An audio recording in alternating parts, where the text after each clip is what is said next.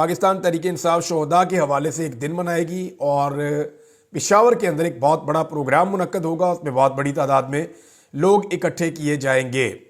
ایک تو یہ پاکستان تحریک انصاف کی تیاری ہے، دوسرا پاکستان تحریک انصاف نے ایک بڑی اناؤنسمنٹ کر دی ہے۔ وہ جو بڑی اناؤنسمنٹ ہے وہ یہ ہے کہ مینار پاکستان پہ پاکستان تحریک انصاف کہہ رہے ہیں جی ہم اکٹھے ہوں گے۔ اب اس میں خیبر پختونخوا حکومت نے اس مرتبہ یہ اعلان کیا ہے اور انہوں نے کہا کہ 25 دسمبر کو مینار پاکستان پر ڈی چوک کے شہداء کی دعائیہ تقریب کا ہم اعلان کرتے ہیں۔ 25 دسمبر کو پاکستان میں چھٹی ہوتی ہے، قائد اعظم محمد علی جناح رحمۃ اللہ علیہ کا یوم پیدائش ہے۔ 25 دسمبر کو جو ہے وہ ایک کرسمس کا تہوار بھی ہوتا ہے، تو پاکستان میں ایک چھٹی ہوتی ہے اور اس دن ایک دعائیہ تقریب مینار پاکستان پہ پاکستان تحریک انصاف کرنا چاہتی ہے ڈی چوک کے شہداء کی یاد میں۔ اب معاملہ یہ ہے کہ کیا اس دن کنٹینر اکٹھے کیے جا سکتے ہیں، کھڑے کیے جا سکتے ہیں؟ تو آپ کرسمس خراب کر دیں گے، پوری جو اقلیتی کمیونٹی ہے ان کی، کرسچن کمیونٹی کے لیے پرابلم ہو جائے گی۔ اگر آپ شہروں کو بند کریں گے، کنٹینرز لگائیں گے، کریک ڈاؤن کریں گے، لوگوں کے اوپر ظلم اور جبر کریں گے، تو وہ پھر ایک نئی سچویشن بن جائے گی۔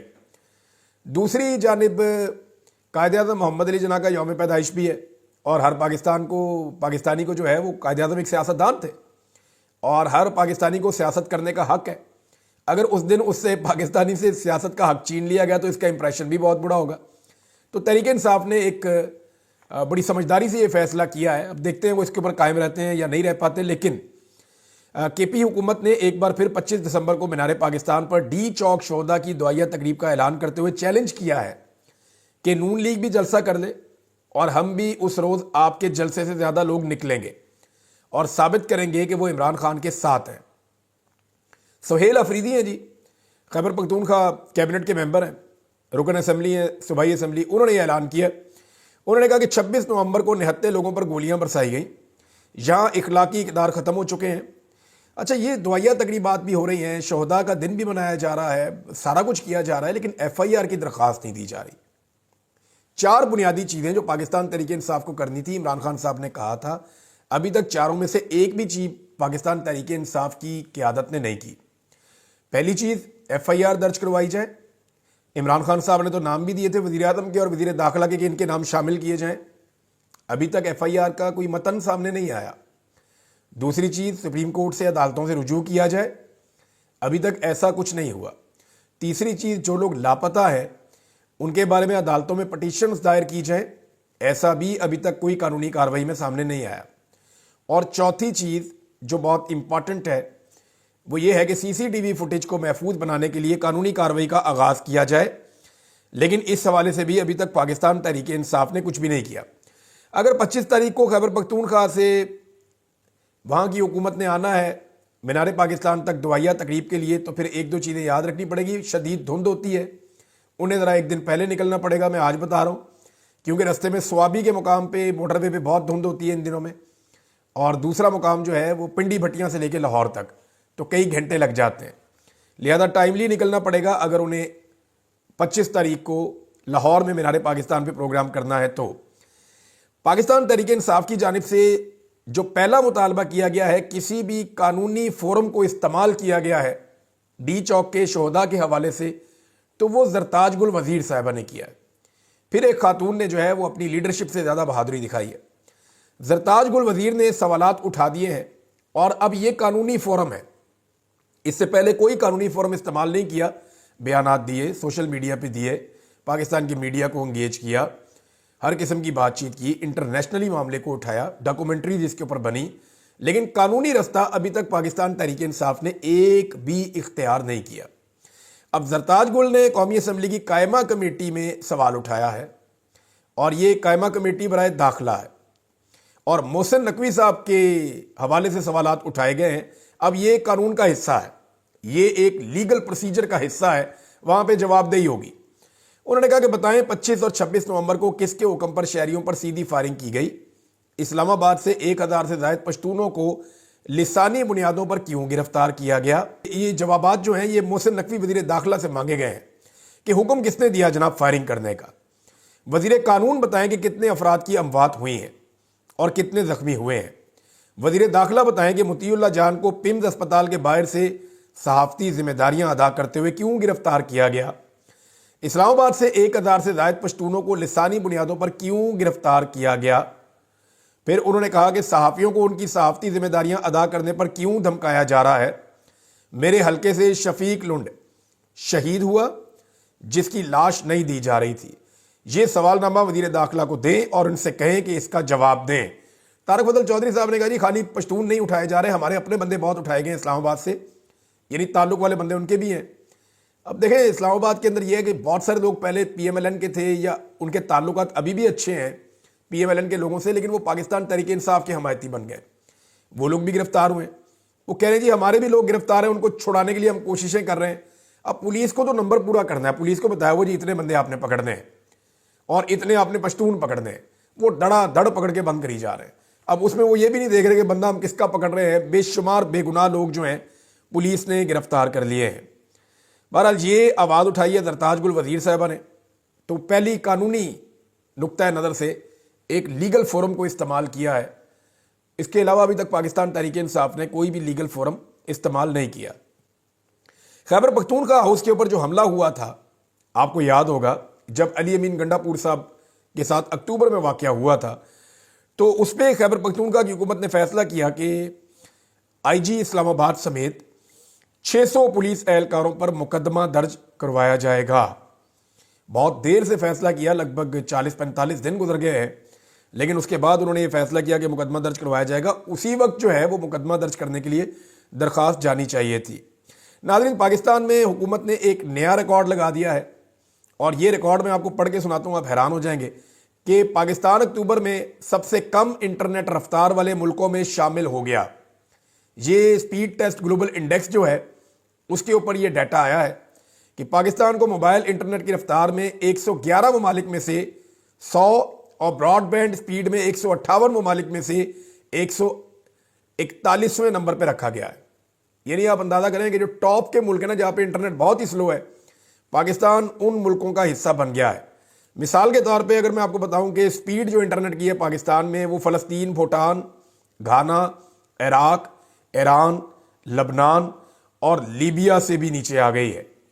اندازہ کریں کہ جنگ زدہ علاقوں میں پاکستان سے بہتر انٹرنیٹ چل رہا ہے، لیکن پاکستان میں اس دور جدید میں انٹرنیٹ کی فیسلٹیز پرووائڈ کرنے میں موجودہ حکومت ناکام ہے۔ عمران خان صاحب کے دور میں بھی انٹرنیٹ چل رہا تھا، لیکن یہ شکایات نہیں آتی تھی۔ مسئلہ یہ ہے کہ سوشل میڈیا کے اوپر جب بھی کوئی اہم ایونٹ ہونے لگتا ہے، اور پاکستان میں ہمیشہ کوئی نہ کوئی اہم معاملہ چلتا ہی رہتا ہے، تو جب بھی حکومت کو لگتا ہے کہ اب ہمارے اوپر تنقید آئے گی، وہ انٹرنیٹ ہی سلو کر دیتے ہیں، بعض اوقات انٹرنیٹ بند ہی کر دیتے ہیں، بعض اوقات کو فائر والز قسم کی چیزیں ایکٹیویٹ کر دیتے ہیں۔ اب ان چیزوں نے پاکستان کو نقصان کتنا پہنچایا؟ ایک تو پاکستان کے شہریوں کو نقصان، پاکستان کی امیج کو نقصان۔ دوسری چیز جو ہو رہی ہے، ابھی جو ماہرین نے ایک ڈیٹا دیا ہے، اس ڈیٹا کے مطابق یہ جو سلو انٹرنیٹ ہے، اس کی وجہ سے پاکستان کے جو فری لانسرز ہیں، ان کو جو کام ملتا ہے بیرونی دنیا سے، مغربی ممالک سے، اس میں 70% کی کمی ہونے والی ہے یا ہو گئی ہے۔ اچھا، یہ جو سارا کام ہے، یہ بزنس ہے، یہ ٹرانسفر ہو کر چلا جائے گا، جس کے امکانات کا اظہار کیا جا رہا ہے بنگلہ دیش یا بھارت کو۔ یعنی جو کچھ تھوڑے بہت پیسے پاکستان میں زر مبادلہ آئی ٹی کے شعبے کے اندر پاکستانی لے کر آ رہے تھے، یا ہمارے نوجوان اپنے طور پہ زور لگا کے پاکستان کو اٹھا رہے تھے، گورنمنٹ کی تو پالیسی ہی کوئی نہیں ہے، گورنمنٹ کی جانب سے تو سپورٹ ہی کوئی نہیں ہے۔ اب اگر آئی ٹی کی انڈسٹری کو اپنے زور بازو پہ نوجوان اٹھا رہے تھے اور کوشش کر رہے تھے، تو بجائے اس کے کہ اس کو سہولت دی جاتی، ان کا انٹرنیٹ ہی بند کر دیا، جو ان کا بیسک ٹول ہے۔ اب اس کے نتیجے میں ہمارا 70% انٹرنیٹ پاکستان کا جو کام ہمیں مل رہا تھا انٹرنیٹ کی وجہ سے، یا نوجوانوں کی ایکسپرٹیز کی وجہ سے، آرٹیفیشل انٹیلیجنس ہو گئی، ویب ڈیولپمنٹ ہو گئی، ویب ڈیزائننگ ہو گئی، اور بہت ساری چیزیں جو وہ کر رہے تھے، وہ جو سارا کام پاکستانیوں سے چھنا، لگ بھگ 70% کا نقصان ہوا، 30% رہ گیا۔ وہ 70% جائے گا کہاں؟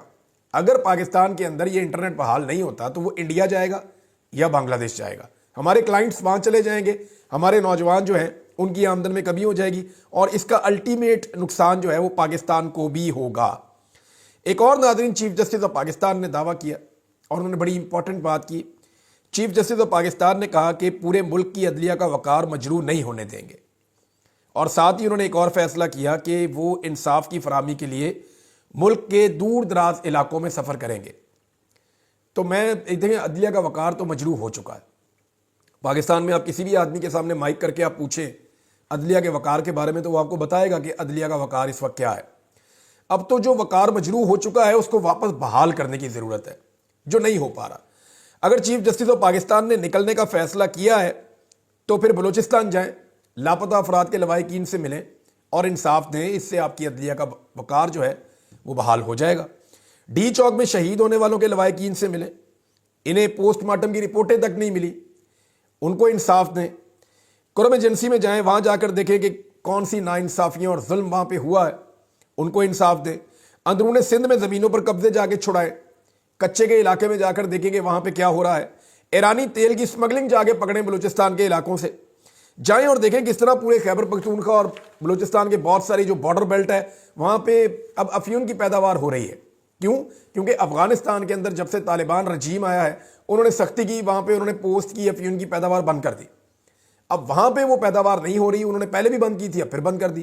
تو یہاں بہت سارے ایسے لوگ ہیں جو شفٹ ہوئے ہیں اور جو یہ کام کرنے کے لیے ڈیلی آتے ہیں اور واپس بھی جاتے ہیں، تو یہاں پہ افیم کی پیداوار شروع ہو چکی ہے۔ میں ذمہ داری سے آپ کو کہہ رہا ہوں، اگر کوئی چیلنج کرے گا تو میں ثبوت بھی دکھا دوں گا، میں دکھا دوں گا بارڈر بیلٹ کے ساتھ ساتھ کتنے کھیت لگے ہوئے ہیں، اور یہ ہزاروں ایکڑ ہے، کوئی ایک دو ایکڑ نہیں ہے۔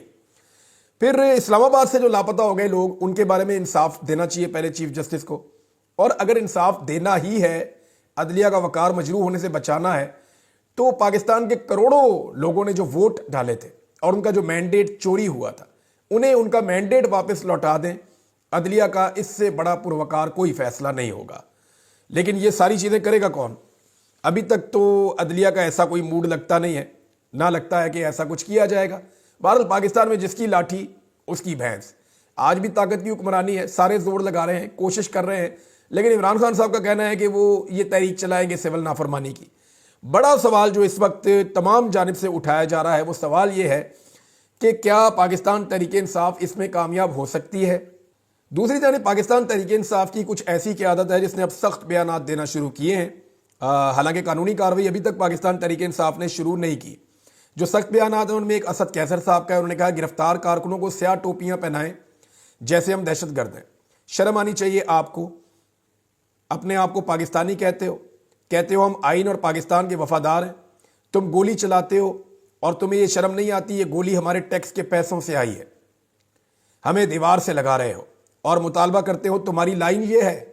یہ جناب اسد کیسر صاحب کا سٹیٹمنٹ ہے۔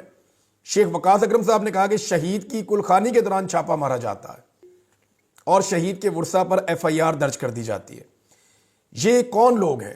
کیا تم پاکستانی نہیں ہو؟ کیا تم مسلمان نہیں ہو؟ کیا تمہارے احساسات نہیں ہیں؟ کیا تمہارے جذبات نہیں ہیں؟ اور عمر ایوب صاحب نے جو سٹیٹمنٹ دیا اس کے مطابق ہمارے 12 معصوم لوگ شہید ہوئے ہیں، اب تک جو ڈیٹا ان کے پاس موجود ہے، اور 200 سے زائد لاپتہ ہیں، ان کا کوئی پتہ نہیں کہ وہ کہاں ہیں۔ جو سیل قائم کیا ہے اس پر مزید بھی ڈیٹا اور انفارمیشن آ رہی ہے جو پاکستان تحریک انصاف آنے والے دنوں میں شیئر کرے گی۔ امپورٹنٹ یہ ہے کہ تحریک انصاف اپنا مقدمہ کیسے کروائے گی۔ مقدمہ کروانے کے لیے ضروری ہے کہ کم سے کم ایک تحریر موجود ہو جس کی بنیاد پہ وہ کہیں جی ہم نے یہ مقدمہ درج کروانا ہے۔ ابھی تک کوئی تحریر ہی موجود نہیں ہے۔ سی سی ٹی وی فوٹیج میں پہلے دن سے کہہ رہا ہوں، آج 2 ہفتے ہو گئے ہیں، پاکستان تحریک انصاف نے سی سی ٹی وی فوٹیج جو اسلام آباد کی ہے اس کو محفوظ بنانے کے لیے کسی قسم کی کوئی درخواست نہیں دی، کسی قسم کی کوئی کارروائی شروع نہیں کی، اور یہ پاکستان تحریک انصاف کی قیادت کا کام تھا جو لوگ اسلام آباد میں موجود ہیں۔ اب تک کے لیے اتنا ہی، اپنا خیال رکھیے گا، اپنے اس چینل کا بھی۔ اللہ حافظ۔